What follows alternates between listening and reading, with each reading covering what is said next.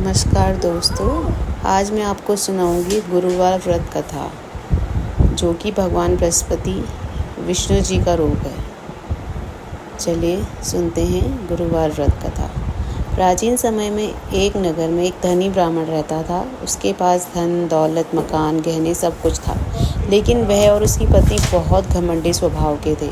वे दान पुण्य नहीं करते थे और किसी साधु संत की सेवा भी नहीं करते थे।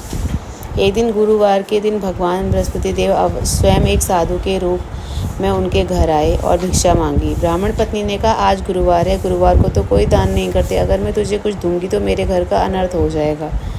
यह सुनकर बृहस्पति देव दुखी होकर वहाँ से चले गए। भगवान ने क्रोधित होकर शाप दिया, हे मूर्ख, तूने गुरुवार का अपमान किया है, अब तेरा सारा धन नष्ट हो जाएगा और घर उजड़ जाएगा और तू दर दर की ठोकरें खाएगी। कुछ ही दिनों में ब्राह्मण का धन नष्ट हो गया, घर बर्बाद हो गया, परिवार भूखे प्यासे रहने लगे।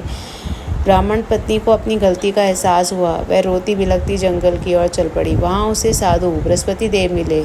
उसने हाथ जोड़कर क्षमा मांगी और बोली, महाराज, मुझसे भूल हो गई, कृपया मुझे क्षमा करें और कोई उपाय बताएं। साधु बोले, तुम गुरुवार का व्रत करो, दिन भर उपवास रखो, भगवान बृहस्पति विष्णु जी की पूजा करो, पीले वस्त्र धारण करो, चने की दाल और पीली वस्तुओं का दान करो और ये कथा सुनो। ऐसा करने से तुम्हारे सभी दुख दूर होंगे और खोया हुआ सुख समृद्धि लौट आएगी।